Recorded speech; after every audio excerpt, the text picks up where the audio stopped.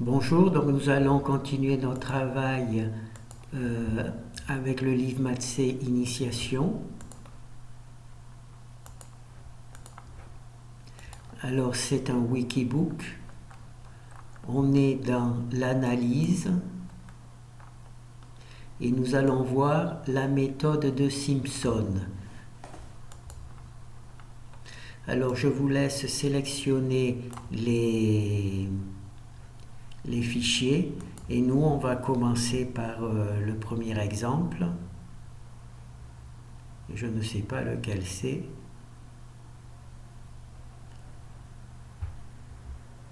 Le premier exemple, je crois que c'est celui-là. Alors on va commencer par celui-là. Avec un peu de chance, c'est le bon. Alors c'est le A. Nous, est-ce qu'on a récupéré le A? Oui, c'est bon. Alors on va commencer par compiler. Alors on va se trouver dans la situation où on a notre fonction en x, y, d'accord? On a les bornes de la fonction, cette fois-ci une des deux bornes, soit les x, soit les y, est définie en fonction de l'autre variable. C'est-à-dire qu'ici dy dépend entre 0 et 2 moins 2x. dy dépend de 0 et 2 moins 2x pour les bornes. Et dx, par contre, lui, dépend uniquement de deux constantes, 0 et 1. D'accord?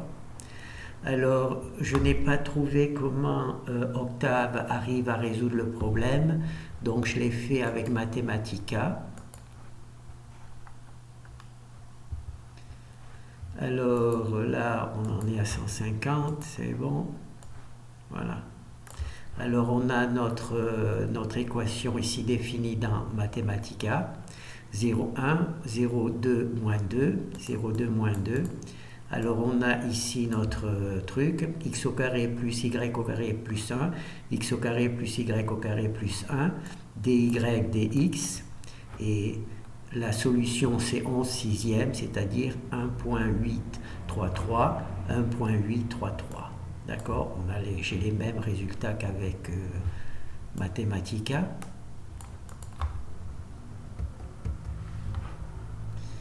Alors on va faire le deuxième exemple et ensuite on fera le reste. Alors maintenant le deuxième exemple c'est x3. Je l'ai ici, donc avec Mathematica, c'est pour ça que j'essaie de le retrouver. x3, 4, donc c'est celui-là, c'est le C.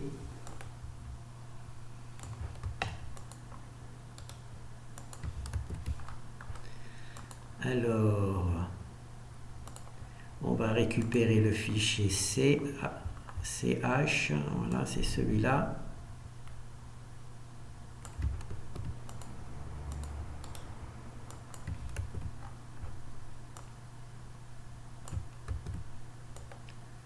Enregistrer sous C. Alors on va lancer. Alors cette fois-ci on est dans le cadre, donc on a notre fonction x au cube plus 4y, ça c'est notre fonction. Alors on est dans le cadre dx, dy. Alors dx c'est ici, c'est donc les bornes, elles dépendent donc de y. C'est normal puisque quand on va résoudre le dx va disparaître, il ne restera donc plus que des y. C'est pour ça qu'il faut que là, ça soit des y, bien entendu. Sinon, il resterait des x et avec des y. Donc dx va dépendre de racine de y sur 2. D'accord? Ça, c'est pour les dx. Et les dy, lui, va dépendre entre 0 et 4. Alors dx, l'intérieur, c'est y2 racine de y, et dy extérieur, on est à l'extérieur, 0 et 4. D'accord? Et on obtient 10,66, cette valeur-là. Alors nous, on va voir sur Mathematica. Voilà. Alors, entre 0 et 4, y divisé par 2 et racine de y divisé par 2, x au cube plus 4y, x au cube plus 4y. Alors la solution réelle, alors dx, dy, dx, dy. Alors la solution, ça serait 32 troisième. Et là, ça fait 10.66. 10.66. Voilà, 10.66. D'accord. On peut même 10.67 puisque j'ai les mêmes chiffres des deux côtés. Voilà. Donc là, on voit qu'on a à peu près les mêmes résultats que Mathematica. Ce n'est pas une référence parce que je n'ai fait que 2 exemples. Il faudrait que j'en fasse une centaine et que tout fonctionne. Mais enfin, c'est déjà pas mal qu'il y en ait 2 qui fonctionnent. Donc, ce que l'on va voir maintenant, c'est quoi? Ah oui, cette version-là,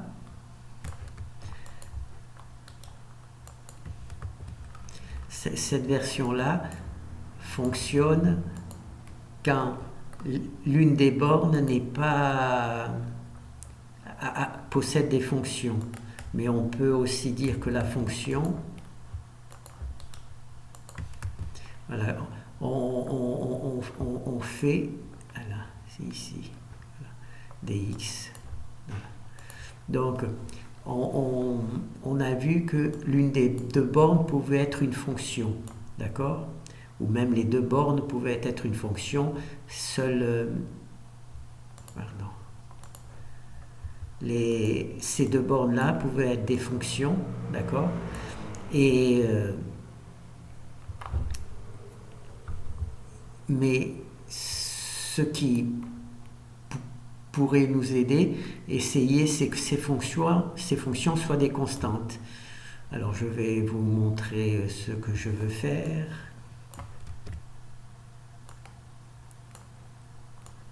C'est compliqué tout ça. Voilà, donc là c'est dx, dy, donc là on a notre, comment ça s'appelle, notre fonction, c'est sinus, cosinus de truc. C'est marrant, c'est sûr que c'est ça? Oui, c'est bien ça. Je l'ai pris compliqué comme ça. Donc là c'est sinus, cosinus, et nos fonctions, normalement, ça c'est des fonctions, hein, jusqu'à présent, hein, c'est des fonctions en fonction de y, mais j'ai pris pour ces fonctions des constantes. C'est-à-dire que b de x c'est 0,5 et b et a de x c'est 0. Donc c'est des constantes.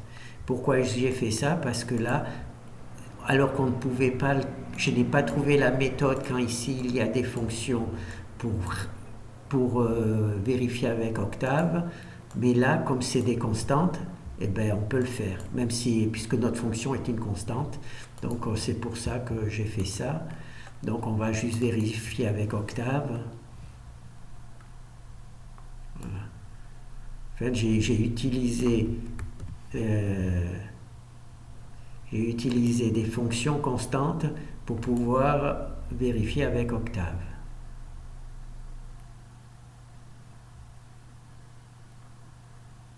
Je me complique un peu la vie, mais c'est pas grave.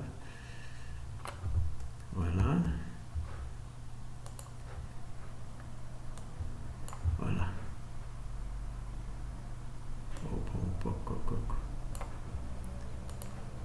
Voilà.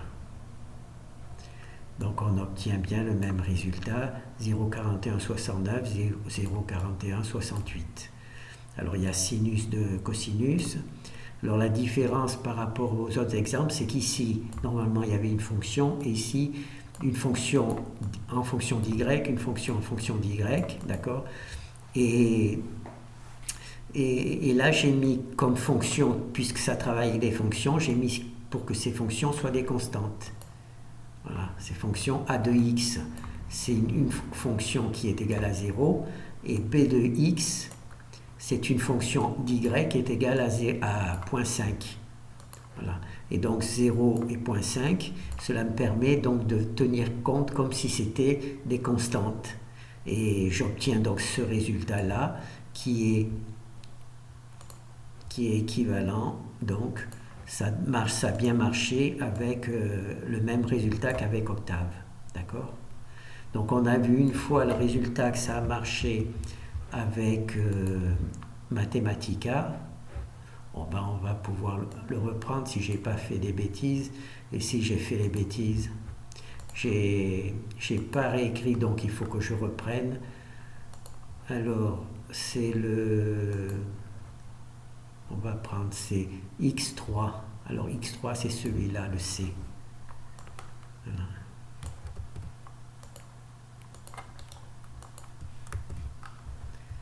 Alors le C, j'espère que j'ai pas effacé le C. Non, c'est bon. Donc voilà, ça je le ferme. Alors x3, c'est entre dx et dy. Donc là, il y a deux fonctions ax en fonction de y. Donc ax en fonction de y. Et donc là, c'est y1/2. Et là, on a bx en fonction de y. C'est racine de y. C'est ce qu'on a vu tout à l'heure. Voilà. Donc, le travail que j'ai fait de particulier aujourd'hui, c'est que j'ai remplacé les constantes ici par des fonctions. Et comme vous avez pu voir, avec Mathematica, je n'ai pas réussi avec Octave, je n'ai pas compris comment il faut s'y prendre. Avec Mathematica, donc on a racine de y divisé par 2, racine de y divisé par 2, 0,4, 0,4. Alors il faut bien sûr qu'il y a le bon ordre, dx, dy, dx, dy, donc là x3 quadré, et on retrouve bien le même chiffre. D'accord? Alors maintenant on va avoir le code. J'ai peur de fermer, ah ben tant pis, je ferme Mathematica. Vous avez vu qu'on a bien obtenu les mêmes résultats. Je ne sais pas si j'en fais une photo en souvenir. Tiens, le théorème de Stock. Théorème de Stock. Ben, je le lirai tout à l'heure, tiens, le théorème de Stock.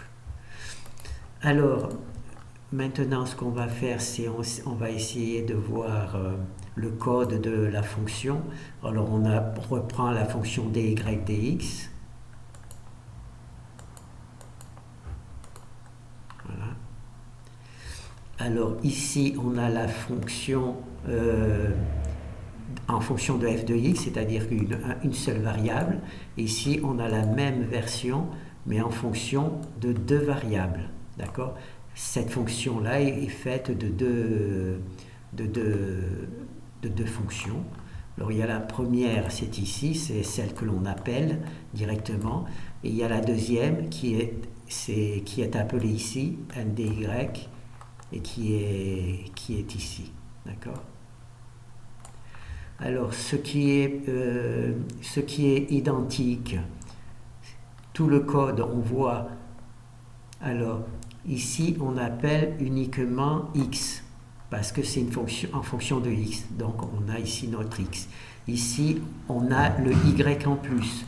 Simplement, là, j'ai essayé de faire fort, c'est que normalement, on appelle ce vecteur v u et le deuxième v. D'accord? U et V. Et moi, pour justement conserver la même visuel que pour les exemples précédents, j'ai dit, je vais prendre une fonction qui s'appelle AY et BY, d'accord, à la place de U et V. D'accord? Comme ça, on retrouve simplement une fois la fonction s'appellera AY et une autre fois, là, c'est les constantes. Double, c'est des constantes. Double, BX, c'est des constantes. Et là, c'est P, pointeur de fonction qui s'appelle AY. Pointeur de fonction qui s'appelle BY. J'ai essayé de garder les mêmes données qu'ici. Simplement, une fois on travaille sur les fonctions, c'est ici, et une fois on travaille avec les trucs. Voilà.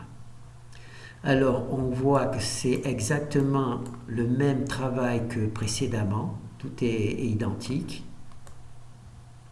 La seule différence, c'est que ici on travaille sur les x, ici on travaille sur les x, ici on travaille sur les x, ici on travaille sur les x. La seule différence, c'est qu'ici on travaille sur les x et c'est terminé, alors qu'ici on travaille sur les x, hein, on travaille bien sur les x, mais on fait appel aux y. D'accord? On fait appel aux y. Donc c'est ici que les choses se passent. Alors il y a int y, alors là il rentre notre fonction en xy, et là c'est les y qui est bien. Et pour les x, il ne rentre que x, parce qu'en fait le x ne sera pas utilisé, il est juste utilisé pour matérialiser le fait que f de x, voilà, f de xy, donc il nous faut un x pour la fonction f de x. Par contre, le travail se fait ici, comme il se fait ici, hein, ici, ici et ici, c'est le même travail, d'accord? Ça travaille avec des constantes. Par contre, ici et ici, c'est aussi le même travail. La seule différence, c'est que le AY ici, il est remplacé par la fonction P. La fonction, c'est un pointeur de fonction. La fonction AY, cette fonction-là. Ah merde, pardon. Ah, dx, dy. Et à tous les coups, l'autre j'ai pris dy, dx. Ah, j'ai pris l'inverse. Ah, c'est donc il faut que je récupère, ouvrir. Donc ça, je peux pas. Donc ah, il faut que je prenne A.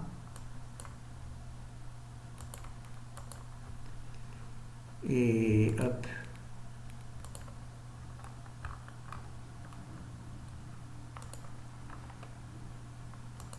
FA.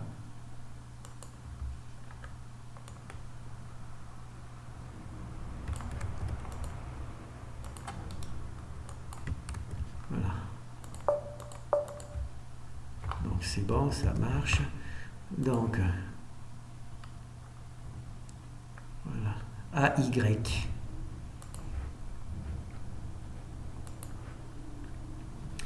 Voilà.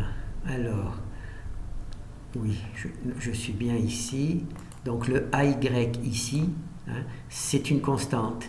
Mais dans notre fonction à nous, le AY, c'est une fonction. En fonction de x. D'accord? Donc là, c'est la fonction. Donc là, c'est la fonction. C'est l'équivalent de cette valeur-là. Ensuite, il y a i multiplié. Puis là, il y a by. Mais nous, by, c'est une fonction. Voilà, by, une fonction en fonction de x, cette valeur-là. Voilà. Et donc, cette valeur-là, de ce côté, c'est remplacé par une fonction. Donc c'est exactement le même code, simplement on a remplacé les constantes pour le calcul des y. Hein. On est dans le cadre de dy dx. Donc ici, il y a des fonctions en fonction de x. D'accord? By en fonction de x. AY en fonction, bon là c'est 0, mais ça c'est normalement en fonction de x aussi. Enfin, ça pourrait l'être. Voilà. Donc, en fait, c'est le même code ici et ici. La différence, c'est que le AY devient la fonction AY en fonction de x. Le BY, qui est une constante, est transformé en une fonction BY en fonction de x. Le AY ici, moins AY ici, est transformé en moins AY, mais la fonction AY de x, d'accord? Voilà. Là, la même chose, le BY ici, qui est une constante, est remplacé par le BY, la fonction BY en fonction de x, d'accord? Et là, le moins AY est remplacé par la fonction P de AY, voilà, il y a le moins ici, hein, moins P de AY en fonction de X. Voilà. Donc en fait, c'est exactement le même code, simplement comme les dy peuvent être des fonctions, hein, on a vu ça, comme alors dy, ici il peut y avoir une fonction, et ici il peut y avoir aussi une fonction, hein. Sinon c'est le même code, c'est exact, j'y croyais pas au départ, hein, je pensais pas que ça marche, et en fait ça a marché. Donc moi j'ai écrit d'abord cette version avec des constantes, puis je me suis dit, ben, je vais simplement remplacer les constantes par des fonctions, puisque on peut résoudre des intégrales avec ici et ici des fonctions. D'accord, ici on peut mettre des fonctions. Là il vaut mieux qu'il y ait des valeurs numériques, parce que s'il n'y a pas de valeur numérique, on va se retrouver avec un calcul symbolique, et le langage C ne fait pas du calcul symbolique. Donc le dernier, il faut obligatoirement qu'il y ait des valeurs numériques, mais ici et ici, il peut y avoir des fonctions. Et ces fonctions, c'est simplement, on remplace juste les valeurs par leurs fonctions. Et c'est pour ça que j'ai appelé ces fonctions BY, pour justement voir que c'est vraiment l'équivalent de la constante BY. Voilà. Là où c'est qu'il y a BY constante, j'ai remplacé fonction BY, fonction de X, parce qu'on est dans le cadre de dy dx. Voilà. Ça aurait été inverse, ça aurait été ici bx, y, si on avait eu dx, dy au lieu d'avoir dy, dx. Voilà. Juste un petit truc. Hop. Voilà. Oh, je vais prendre celle-là, tant pis.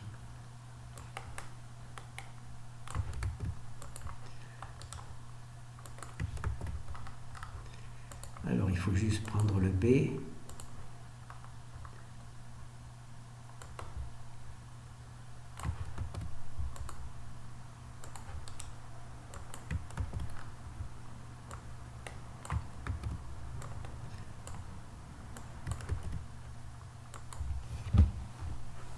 Alors, j'ai repris celle-là pour vous montrer que ici il peut y avoir une fonction et ici il peut y avoir une fonction. D'accord? Et on trouve bien le résultat final. D'accord? 28 trucs. On tente avec... non, j'ai perdu Mathematica. J'ai perdu... Ah non, je ne l'ai pas perdu. On va essayer. Alors, je récupère ici C1. Donc ici, je vais mettre 1. C'est dy dx. dy dx, donc c'est bon. Alors pour le y, c'est ici. Oh, top. On joue avec mes nerfs. Alors, hop. Cette valeur-là, on va la mettre ici. Non, c'est ici, en haut. Voilà. Et l'autre valeur, on va la mettre en bas. Celle-là, c'est... Ah, je joue avec mon... Alors, celle-là, je récupère. Et je vais la mettre ici. Voilà. Donc, oui, il manque une parenthèse ici. J'ai sauté une parenthèse, voilà. Donc là, il y a les parenthèses, il y a tout. Bon, ben, on va lancer.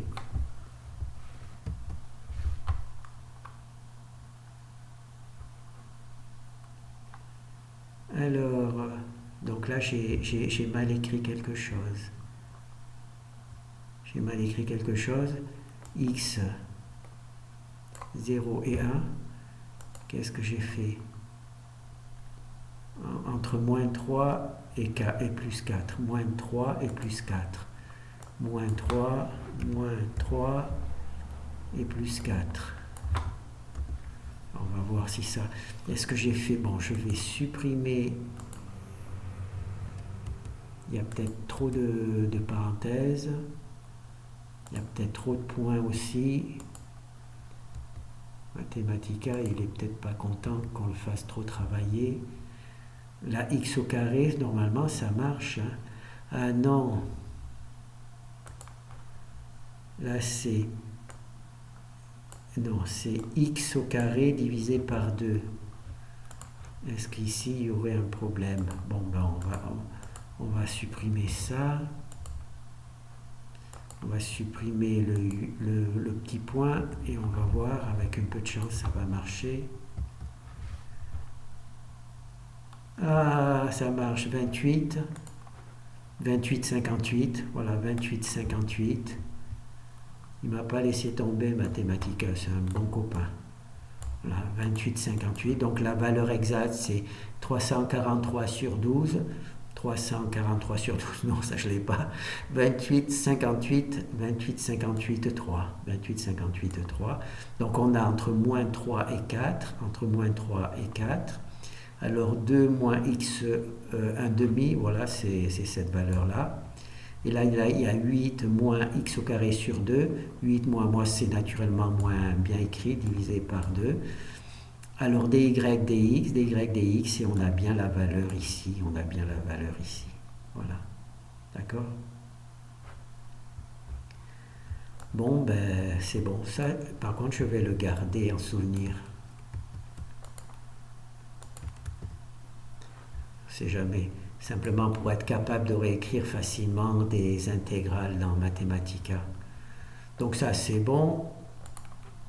Ça, c'est bon. Alors bon, là, vous avez vu, hein, ah non, c'est pas celui-là.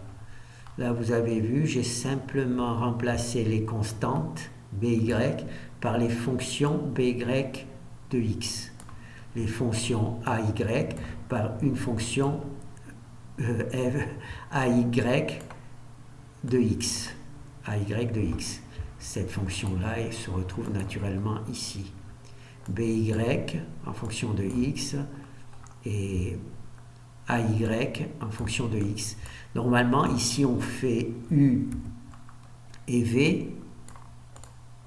On fait u et v. On fait les fonctions u et v. Hein.